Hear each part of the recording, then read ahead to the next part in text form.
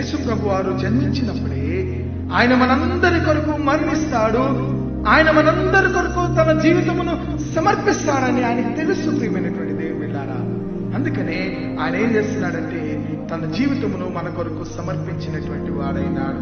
తల వంచి ఆత్మను అప్పగించేది. ఇది ఒక విజయముతో కూడిన నినాదం, విజయముతో కూడిన నినాదం. పాపాన్ని ఓడించినటువంటి ఒక అద్భుతమైన ఘట్టం ఇది, అద్భుతమైన ఘట్టం. మనకై సమర్పింపబడినటువంటి యేసుగా పరిచయం అవుతున్నాడు. అందుకనే ఆయన అంటున్నాడు, నా పని సమాప్తమైనది, నా జీవితము ప్రభువా నీకు నేను అప్పగించుచున్నాను, సమర్పించుచున్నాను. ఇది ఆయన ఓడిపోతూ మాట్లాడిన మాట కాదు, ఆయన విజయముతో, లేకపోతే ఆయన తనకు అప్పగింపబడిన బాధ్యతను నమ్మకముగా చేసి సాతానును ఓడించి దేవునిని గెలిపించే అద్భుతమైన సందేశము.